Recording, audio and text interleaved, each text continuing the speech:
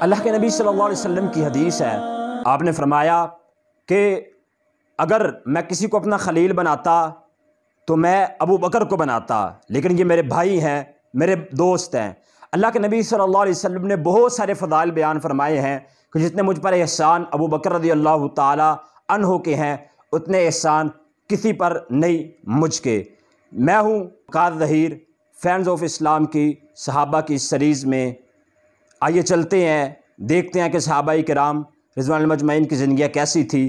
آپ کے سامنے رکھوں گا انشاءاللہ صحابہ کرام کی اس سیریز میں سیدنا ابو بکر صدیق رضی اللہ تعالی عنہ کی زندگی کو۔ السلام علیکم ورحمۃ اللہ وبرکاتہ۔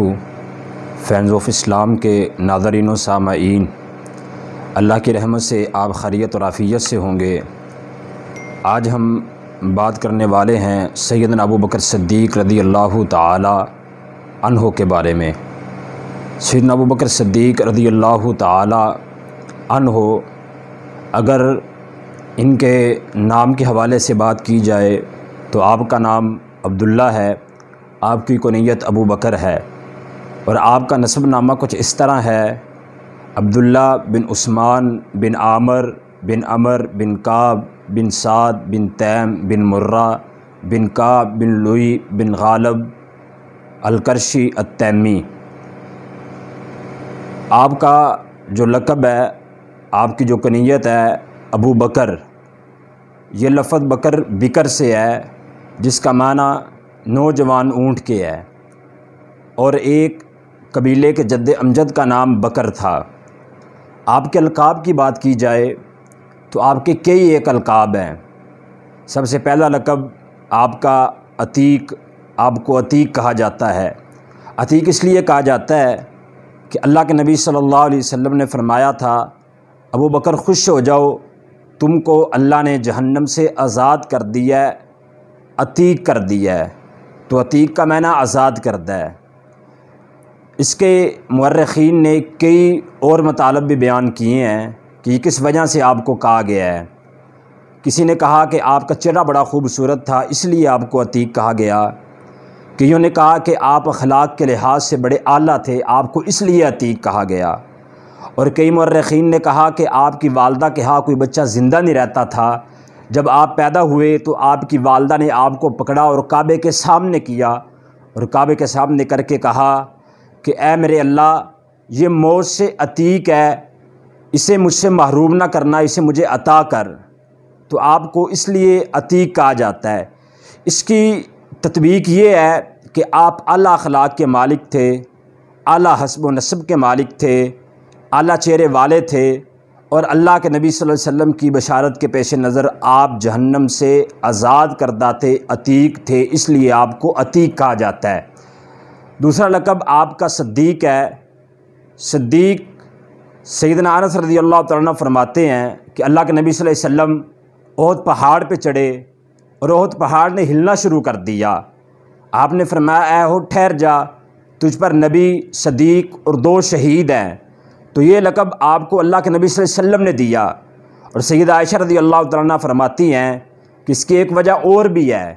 وہ وجہ کیا ہے کہ اللہ کے نبی صلی اللہ علیہ وسلم جب معراج سے واپس آئے تھے، اور جب آپ نے آ کر کہا کہ میں راتوں رات بیت اللہ سے بیت المقدس اور بیت المقدس سے پھر 7 آسمانوں کی سیر کر کے آیا ہوں، تو لوگوں کو بات مل گئی، جو کچھ ایمان والے پھر گئے، جن کا کچا ایمان تھا، جو منافق قسم کے لوگ تھے، اور کچھ لوگ دوڑے دوڑے سیدنا ابو بکر صدیق رضی اللہ تعالیٰ عنہ کے پاس آئے اور آ کر کہا کہ اے ابو بکر، کیا تم جانتے ہو کہ تمہارے ساتھی نے کیا دعویٰ کیا ہے؟ کہا کہ کیا دعویٰ کیا ہے؟ کہا کہ انہوں نے دعویٰ کیا کہ وہ راتوں رات بیت اللہ سے بیت المقدس کی طرف گئے اور پھر 7 آسمانوں کی سیر کر کے آئے ہیں، کیا تم یہ بات مانتے ہو؟ تو سیدنا ابو بکر صدیق نے کہا کہ کیا یہ میرے نبی نے کہا ہے، میرے ساتھی میرے دوست نے کہا ہے؟ انہوں نے کہا ہاں۔ تو کہا میں تو مانتا ہوں، اگر میرے ساتھی نے کہا میں ایمان لاتا ہوں، میں تو اس سے بڑھ کر بھی مانتا ہوں۔ وہ کیا کہ میرے نبی کے پاس، میرے ساتھی کے پاس تو دن کے اندر کئی مرتبہ فرشتے آسمان سے خبریں لے کے آتے ہیں۔ تو اس کی وجہ سے آپ کو صدیق کہا گیا کہ آپ نے بغیر تحقیق یہ اللہ کے نبی صلی اللہ علیہ وسلم کی بات کو مانا، تو آپ کا لقب صدیق پڑے۔ اور ایک لقب آپ کا صاحب ہے۔ یہ لقب اللہ تبارک و تعالی نے آپ کو دیا ہے۔ اللہ تبارک و تعالی نے قرآن میں کہا اذ یقول لصاحبہ، اے نبی صلی اللہ علیہ وسلم اپنے ساتھی سے کہیے، اپنے صاحب سے کہیے۔ تو تمام مفسرین اور مورخین کہتے ہیں کہ اس سے مراد سیدنا ابوبکر صدیق رضی اللہ تعالی عنہ ہیں۔ اس کے بعد آپ کا ایک لقب اتقی، متقی، یہ بھی لقب آپ کو اللہ تبارک و تعالی نے دیا قرآن کے اندر۔ اس کا تذکرہ آگے آئے گا ستائے ہوئے لوگوں کے اندر۔ اس کے بعد آپ کا ایک لقب اواہ، بڑا نرم دل، آپ بڑے نرم دل تھے، اس کی وجہ سے آپ کا یہ لقب پڑا اواہ۔ اس کے بعد اگر آپ کی ولادت کی بات کی جائے تو سیدنا ابوبکر صدیق رضی اللہ تعالیٰ عنہ، مورخین نے لکھا ہے کہ عام الفیل کے کچھ سالوں بعد آپ پیدا ہوئے، کچھ نے لکھا ہے کہ 2 سال 6 ماہ بعد، اور کچھ نے لکھا ہے 2 سال کچھ ماہ بعد، اس کا تعین نہیں کیا۔ آپ کے حلیے کی بات کی جائے تو آپ کا جسم دبلا پتلا تھا، گوشت کم تھا۔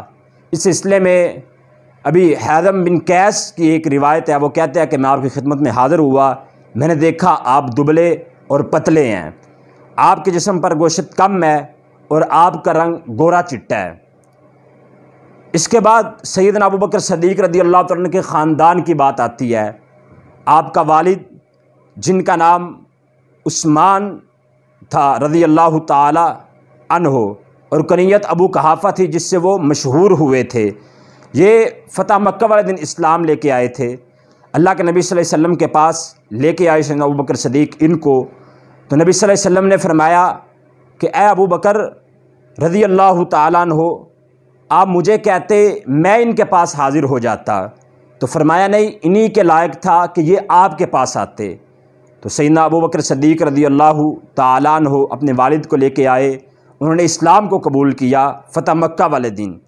اور اللہ کے نبی صلی اللہ علیہ وسلم روایات کے اندر آتا ہے کہ آپ نے خوشخبری دی سیدنا ابوبکر صدیق رضی اللہ تعالیٰ عنہ کو کہ اے ابو بکر تمہیں مبارک ہو کہ تمہارے والد ایمان لے کے آئے، اور ان کے بال جو ہیں وہ سفید ہیں، ان کو خضاب لگاؤ، کالے رنگ سے بچنا۔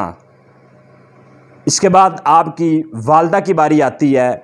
آپ کی والدہ کا نام سلمہ بنت صخر ہے، اور یہ ابتدائی دور کے اندر ایمان لے کے آئی تھی۔ آپ کی بیویوں کی بات کی جائے تو آپ کی 4 بیویاں ہیں۔ پہلی بیوی قتیلہ بنت عبد العزیٰ بن اسعد بن جابر بن مالک، ان کے بارے میں مورخین کا اختلاف ہے کہ یہ ایمان لائی تھی کہ نہیں لائی تھی۔ یہ مدینے کے اندر اپنی بیٹی سے ملنے کے لیے آئی۔ ان کی بیٹی اسماء رضی اللہ تعالیٰ عنہ، انہوں نے ان کو گھر کے اندر داخل ہونے سے منع کر دیا۔ یہ پنیر اور گھی کا تحفہ لے کے آئی تھی۔ سیدہ عائشہ کے پاس پیغام بھیجا کہ اللہ کے نبی صلی اللہ علیہ وسلم سے پوچھو کہ آپ مجھے اجازت دیں کہ میں اپنی والدہ کو گھر کے اندر داخل کر سکتی ہوں۔ تو سیدہ عائشہ رضی اللہ تعالیٰ نے پوچھا اور پوچھ کر بتایا۔ اللہ کے نبی صلی اللہ علیہ وسلم فرمایا کہ اسماء سے کہو کہ اپنی والدہ کو گھر کے اندر داخل بھی کرو اور ان کا تحفہ بھی، ان کا ہدیہ بھی قبول کرو۔ ان کو سیدنا ابوبکر صدیق رضی اللہ تعالیٰ نے دور جاہلیت کے اندر ہی طلاق دے دی تھی۔ دوسری بیوی کا تذکرہ کیا جائے تو ام رمان بنت عامر بن اویمر رضی اللہ تعالی عنہا حضرت ابوبکر صدیق رضی اللہ عنہ کی دوسری بیوی ہے، اور سیدہ عائشہ رضی اللہ تعالی عنہ اور سیدنا عبد الرحمن رضی اللہ تعالی عنہ کی یہ والدہ محترمہ ہے۔ تیسری بیوی کی بات کی جائے تو تیسری بیوی اسماء بنت امیس رضی اللہ تعالی عنہا ہیں۔ اسماء بنت امیس شروع دور کے اندر ہی اسلام لے کے آئی تھی۔ آپ کے خاوند جعفر رضی اللہ تعالیٰ عنہ تھے۔ آپ نے جعفر کے ساتھ پہلی ہجرت حبشہ بھی کی تھی، اور اس کے بعد 7 ہجری میں یہ مدینے کے اندر ہجرت کر کے حبشہ سے سیدھا آئے، اور جنگ موتا کے اندر 8 ہجری کے اندر ان کے خاوند جعفر شہید ہو گئے، تو ان سے شادی سیدنا ابوبکر صدیق رضی اللہ تعالی عنہ نے کر لی۔ ان سے آپ کا ایک بیٹا محمد بن ابی بکر ہے رضی اللہ تعالیٰ عنہ، آپ کی وفات کے بعد ان سے شادی سیدنا علی رضی اللہ تعالیٰ عنہ نے کر لی تھی۔ آپ کی چوتھی بیوی کا تذکرہ کیا جائے تو آپ کی چوتھی بیوی کا نام حبیبہ بنت خارجہ بن زید بن ابی زہیر رضی اللہ تعالیٰ عنہ ہے۔ یہ مقام سخ میں سیدنا ابوبکر صدیق رضی اللہ تعالیٰ عنہ کے ساتھ رہتی تھی۔ ان کے بدن سے آپ کی ایک بیٹی ہے ام کلثوم۔ آپ کے بیٹے اور بیٹیوں کا تذکرہ کیا جائے تو آپ کے 3 بیٹے اور 3 بیٹیاں ہیں۔ پہلا بڑا بیٹا عبد الرحمن بن ابی بکر رضی اللہ تعالی عنہما۔ یہ عبد الرحمن بن ابی بکر حدیبیہ کے دن مشرف اسلام ہوئے تھے۔ اللہ کے نبی صلی اللہ علیہ وسلم کے ساتھ انہوں نے صحبت پائی، آپ کی صحبت کے اندر رہے، اور یہ اسلام کے لیے بہت کام انہوں نے کیے۔ تاریخ کے اندر آتا ہے کہ انہوں نے اپنے آپ کو دین اسلام کے لیے وقف کر دیا ہوا تھا۔ عبد الرحمن بن ابی بکر رضی اللہ تعالی عنہما یہ شہید ہوئے، اور اس کے بعد باری آتی ہے آپ کے دوسرے بیٹے کی، عبداللہ بن ابی بکر رضی اللہ تعالی عنہما کی۔ عبداللہ بن ابی بکر رضی اللہ تعالی عنہما یہ وہ نبی صلی اللہ علیہ وسلم کے صحابی ہیں اور ابوبکر رضی اللہ عنہ کے بیٹے ہیں، جو ہجرت کے وقت دن کے وقت سارے مکہ کی خبریں اکٹھی کرتے اور رات کے وقت چھپ چھپا کر غار حرا کے اندر پہنچتے اور اللہ کے نبی صلی اللہ علیہ وسلم اور سیدنا ابوبکر صدیق رضی اللہ تعالی عنہ کو ساری خبریں دیا کرتے تھے۔ صبح پو پھٹنے سے پہلے یہ مکے کے اندر واپس آ جاتے، کسی کو پتہ بھی نہیں چلتا تھا۔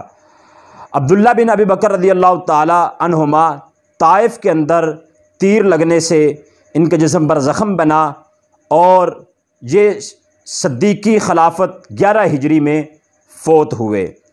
آپ کے تیسرے بیٹے کا نام محمد بن ابی بکر ہے، جو سیدنا علی رضی اللہ تعالیٰ نے جن کو پالا اور پھر مصر کا گورنر بنایا، اور وہیں پہ یہ قتل ہوئے تھے۔ فقہائے 7 میں سے قاسم بن محمد آپ ہی کے بیٹے تھے۔ اس کے بعد باری آتی ہے آپ کی بیٹیوں کی۔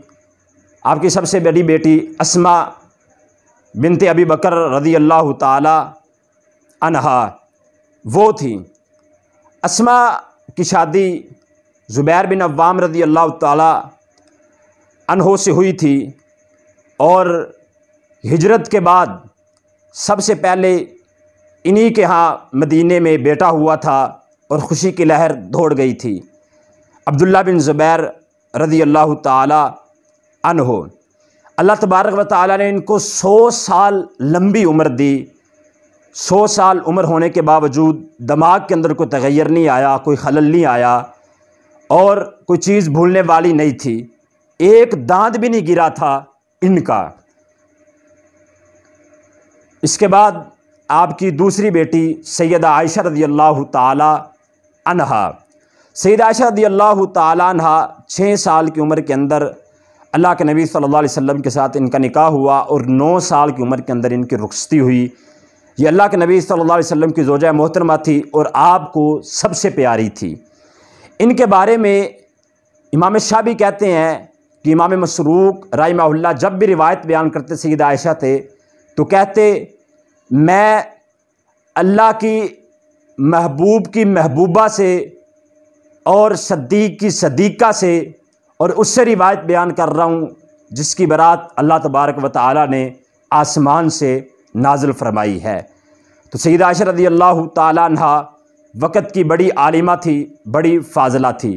تیسری بیٹی کا تذکرہ کیا جائے تو وہ بیٹی کہ سیدنا ابوبکر صدیق رضی اللہ تعالیٰ عنہ سیدہ عائشہ کے پاس آئے اور آ کر کہا کہ عائشہ تیرے 2 بھائی اور 2 بہنیں ہیں۔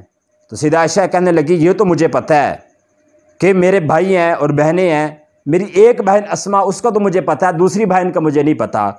تو فرمایا دوسری بہن جو بنت خارجہ کے وطن سے ہے وہ تیری بہن ہے، ابھی پیدا نہیں ہوئی تھی، لیکن یہ پیشین گوئی کیسی تھی کہ سیدنا ابوبکر صدیق رضی اللہ عنہ دنیا سے چلے گئے، بعد میں یہ بیٹی پیدا ہوئی سیدہ عائشہ رضی اللہ تعالیٰ عنہ فرماتی ہیں کہ جب بابا ابو بکر صدیق رضی اللہ تعالیٰ عنہ نے یہ کہا تھا کہ تیری 2 بہنیں ہیں، تو مجھے یہ سمجھ آ گئی تھی کہ بنت خارجہ کے بطن سے جو پیدا ہوگی وہ بیٹی پیدا ہوگی۔ یہ ام کلثوم رضی اللہ تعالیٰ عنہا تھی، ان کی شادی طلحہ رضی اللہ تعالیٰ عنہ سے ہوئی جو جنگ جمل کے اندر شہید ہوئے تھے۔ یہ آپ کا خاندان اعلیٰ خاندان تھا، اور یہ سیدنا ابو بکر صدیق رضی اللہ تعالیٰ عنہ کو مقام حاصل ہے کہ آپ کی چاروں کی چاروں پشتے صحابیت کے درجے پر فائز ہیں، مسلمان ہیں، اور علماء کا اس بات پر اتفاق ہے کہ بڑے بڑے صحابہ ان کا گھرانے بڑے بڑے گھرانے، لیکن کوئی خود مسلمان ہے تو باپ مسلمان نہیں، بیٹا مسلمان نہیں، خود صحابی ہے بیٹا صحابی نہیں، لیکن یہ واحد گھرانہ ہے صحابہ میں سے جن کی چاروں پشتے مسلمان بھی ہیں اور صحابیت کے درجے پر فائز بھی ہیں۔ اگر جاہلیت کے معاشرے کے اندر بات کی جائے تو سیدنا ابو بکر صدیق رضی اللہ تعالیٰ عنہ کا جاہلیت کے معاشرے کے اندر بڑا مقام تھا۔ اشناق کا جو ہے سلسلہ وہ آپ کے پاس تھا، بڑی بڑی دیتیں آپ جمع کیے کرتے تھے، اور آپ جس کے ساتھ تعاون کرتے، مکے والے اس کے ساتھ تعاون کرتے، جس کو آپ چھوڑ دیتے تھے مکے والے بھی اس کو چھوڑ دیا کرتے تھے۔ آپ جس کی ضمانت دیتے آپ کی ضمانت کو قبول کیا جاتا، اور کسی کی ضمانت کو قبول نہیں کیا جاتا تھا۔ سیدنا ابو بکر صدیق رضی اللہ تعالیٰ عنہ واحد وہ صحابی ہیں جو کہتے ہیں کہ میں نے جاہلیت کے اندر بھی کبھی شراب نہیں پی۔ ان سے پوچھا گیا تھا کہ کیا آپ نے جاہلیت کے اندر کبھی شراب پی؟ انہوں نے کہا کہ اعوذ باللہ، میں اللہ کی پناہ کے اندر آتا ہوں، میں نے جاہلیت کے اندر بھی کبھی شراب نہیں پی۔ اس کی وجہ یہ کہ سیدنا ابو بکر صدیق رضی اللہ عنہ فرماتے ہیں جو آدمی شراب پی لیتا ہے وہ اپنی عزت گنوا بیٹھتا ہے۔ سیدہ عائشہ رضی اللہ عنہ فرماتی ہیں کہ بابا ابو بکر صدیق رضی اللہ تعالیٰ عنہ کہیں جا رہے تھے، راستے کے اندر دیکھا کہ ایک شرابی شراب پی رہا ہے اور پیشاب کر رہا ہے، پیشاب کے اندر اپنے ہاتھ کو مار رہا ہے اور اس کو اپنے منہ کے قریب لے کے جا رہا ہے، صرف اس کی بدبو اس کو روک رہی ہے، ورنہ بدبو نہ آتی تو اپنے پخانے کو بھی کھا جاتا شراب کی حالت کے اندر۔ سیدنا ابو بکر صدیق رضی اللہ تعالیٰ عنہ وہ صحابی ہیں کہ جاہلیت کے اندر بھی کبھی بتوں کو سجدہ نہیں کیا۔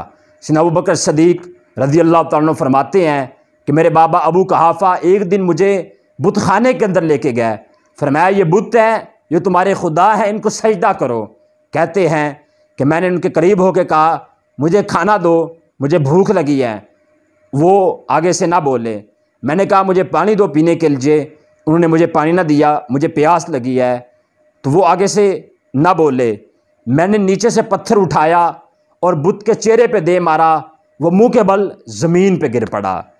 تو اللہ تبارک و تعالی عقل والے لوگوں کو، جو عقل والے لوگ ہوا کرتے ہیں، ان کو اللہ تبارک و تعالی شروع سے ہی بچا کے رکھتا ہے، اور یہ سمجھ اللہ تبارک و تعالی عقل والوں کو ہی دیا کرتا ہے۔ تو بڑے سلیم الفطرت تھے، جاہلیت معاشرے کے اندر آپ کا بڑا مقام تھا، بڑی رفعت تھی، بڑی عزت تھی۔ ابن دغنہ نے اپنے قول کے اندر کہا ابو بکر رضی اللہ تعالیٰ عنہ کو جب ہجرت کرتے ہوئے دیکھا تھا، اے ابو بکر آپ تو غریبوں کے کام آنے والے ہیں، آپ تو غریبوں کا بوجھ اٹھانے والے ہیں۔ وہی الفاظ جو سیدہ خدیجہ رضی اللہ تعالی عنہا نے اللہ کے نبی صلی اللہ علیہ وسلم کے بارے میں بولے تھے، وہی الفاظ سیدنا ابو بکر صدیق رضی اللہ تعالیٰ عنہ کے بارے میں ابن دغنہ نے قول کیے بولے۔ تو یہ سیدنا ابو بکر صدیق رضی اللہ تعالیٰ عنہ تھے جن کا بڑا مقام تھا، بڑی فضیلت تھی۔ انشاءاللہ اسی طرح ان کی سیرت کو لے کے ہم آگے چلیں گے۔ مجھے اجازت دیجیے۔ السلام علیکم ورحمۃ اللہ وبرکاتہ۔